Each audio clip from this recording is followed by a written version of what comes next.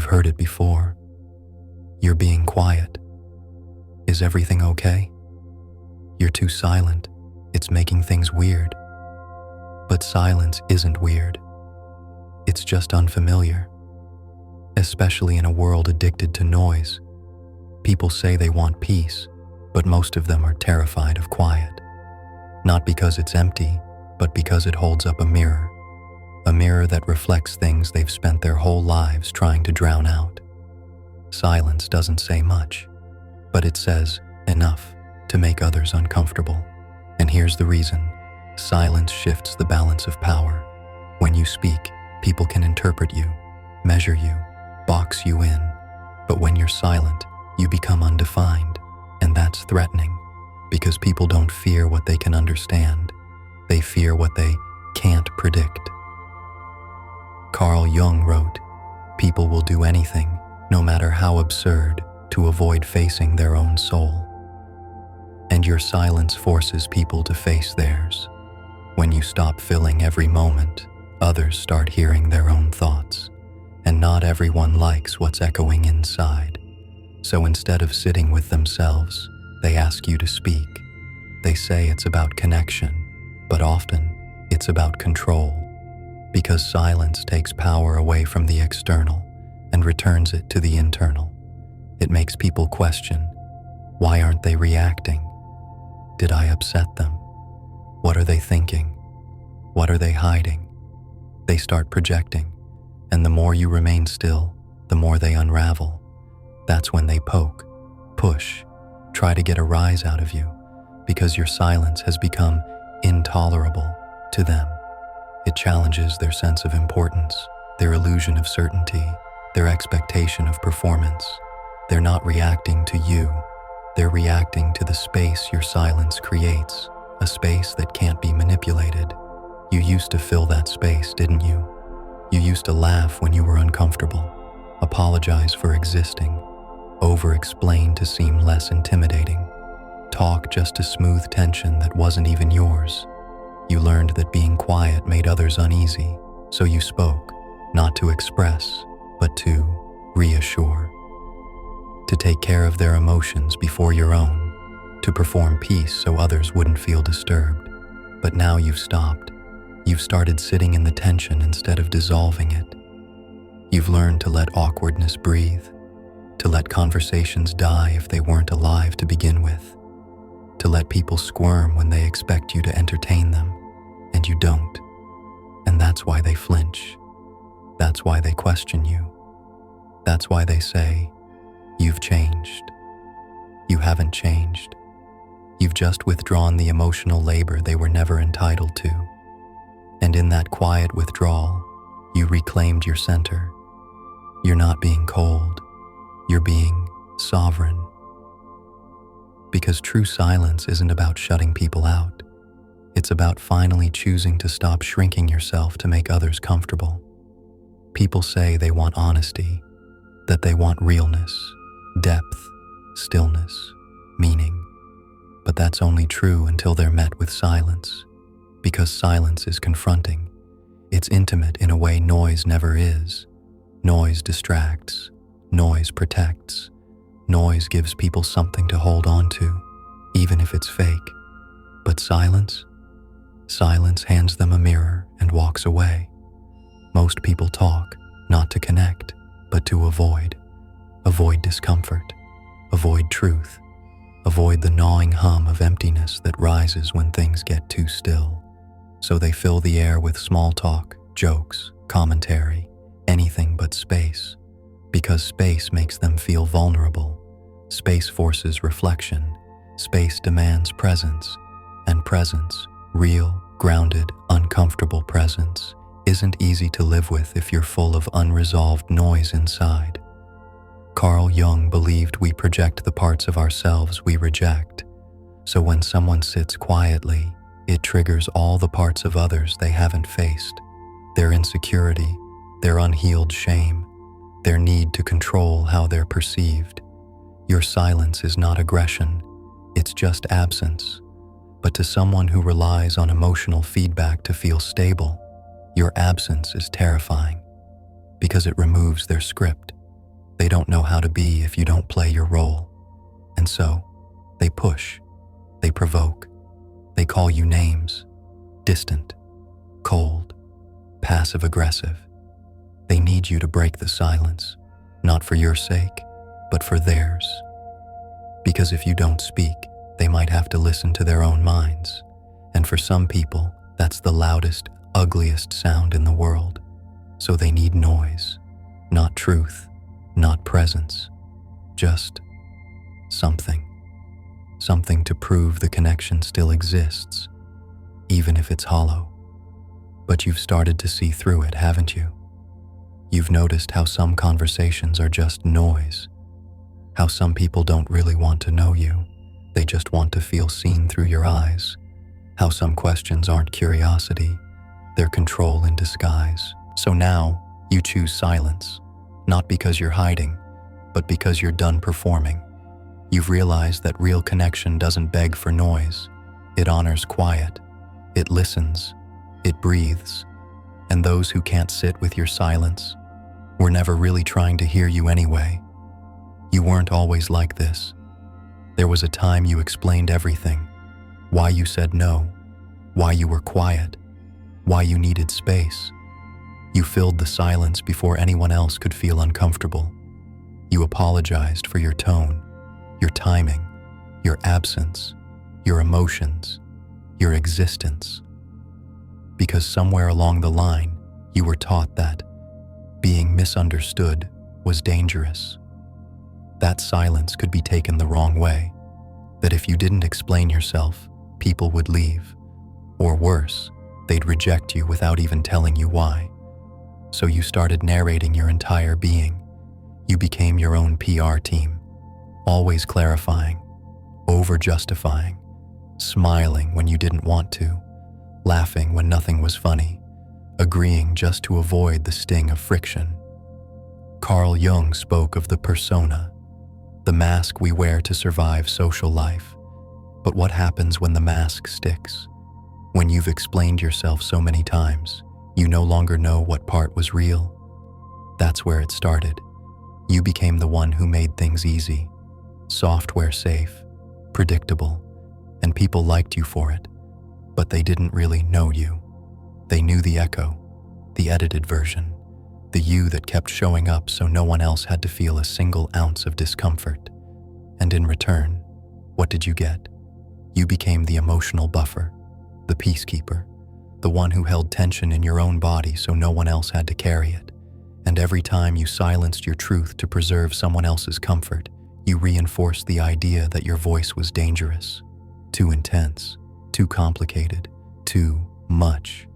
So you explained it all, until there was nothing left to explain, because there was no you left in it.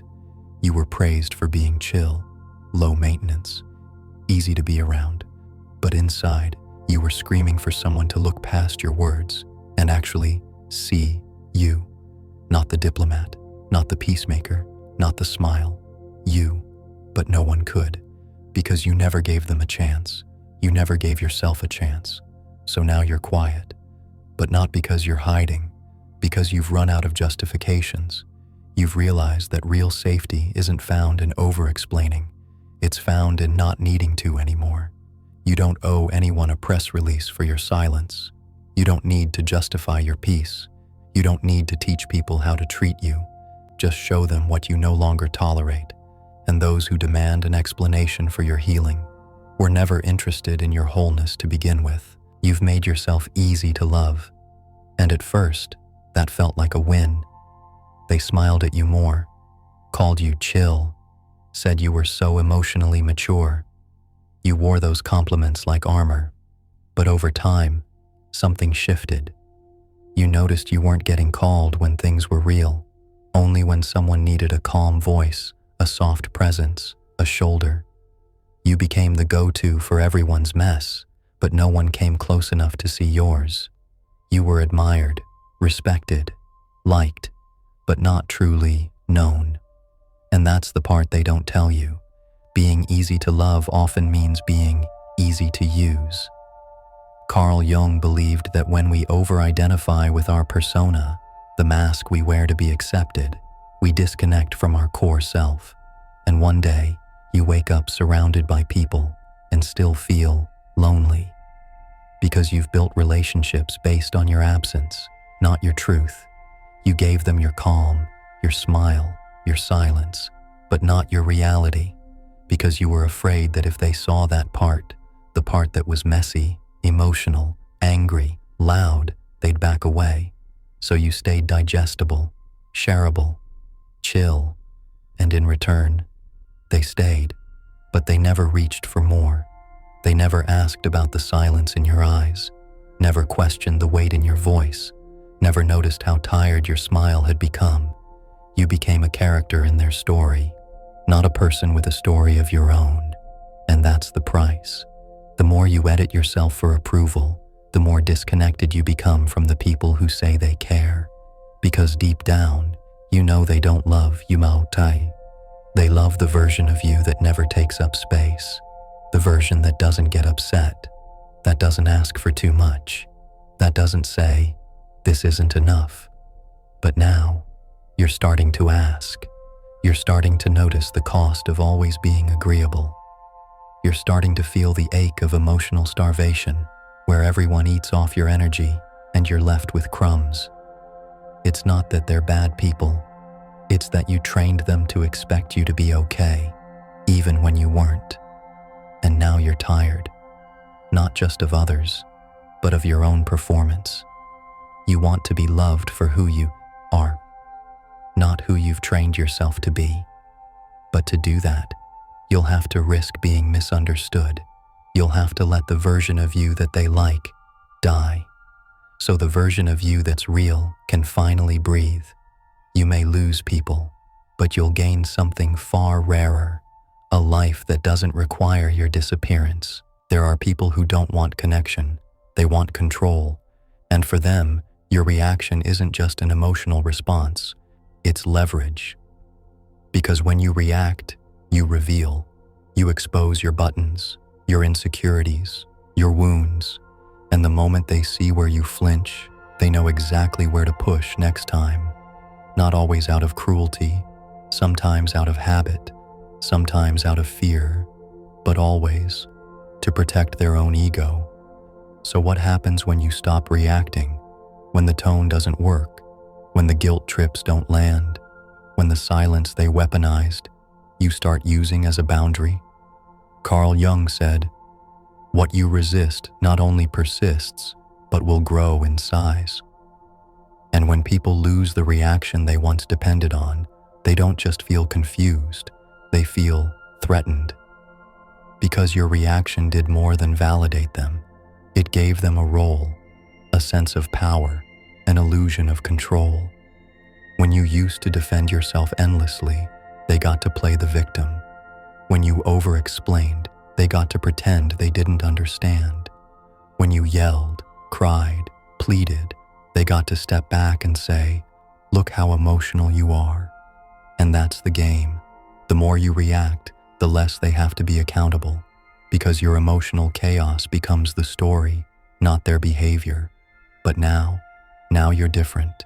You don't react. You observe. You step back. You let the silence do what your words never could. And in that silence, the mirror turns. Suddenly, they're the only one talking, defending, explaining, projecting, and they hate it because they've lost their grip, not on you, but on the story they told themselves about you. You were supposed to be the overthinker, the one who always made things okay, the one who broke down so they could feel composed. But now you don't break, you don't play, you just leave the space empty.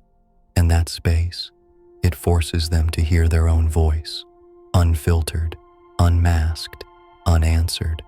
And for some people, that's unbearable. They'll say you're being dramatic, that you're punishing them, that your silence is manipulative. But it's not. It's clarity. It's containment. It's choosing your peace over their control. You're not withdrawing to hurt them. You're protecting what's left of you. Because for once, you're not trying to win the argument. You're trying to not lose yourself. And that's what real power looks like. Not domination, Not noise, just presence, still, unshakable, whole. They called it avoidance, passive aggression, emotional distance. But they were wrong. Your silence was never about them. It was about you and everything you had to quiet in yourself just to survive. There's a kind of silence that isn't empty. It's sacred. The silence that comes after chaos. The kind that doesn't beg to be understood because it already knows. You weren't retreating. You were remembering how your body feels without tension, how your mind works when it's not defending itself, how your soul sounds when it isn't shouting over the noise. Carl Jung once said, "Solitude is for me a fount of healing which makes my life worth living." And maybe that's what you finally allowed. Not isolation, not withdrawal, but solitude. Real, intentional space to hear your own voice again. Because your silence was never about shutting the world out. It was about letting yourself in. You've learned that not every text deserves a reply. Not every comment needs defending. Not every energy deserves matching.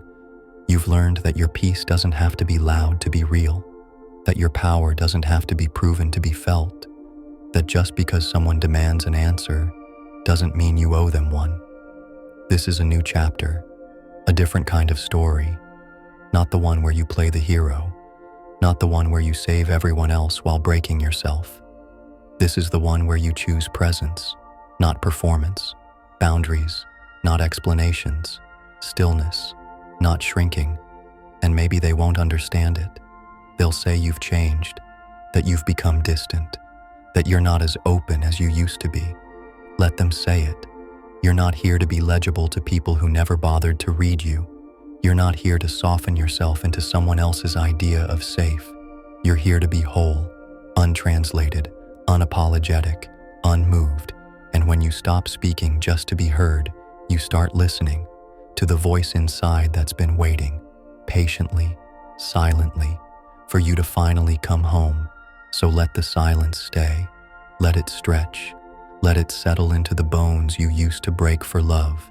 This silence, it's not a wall. It's a boundary. It's a mirror. It's a revolution. And it doesn't need a mic drop. It is the mic drop.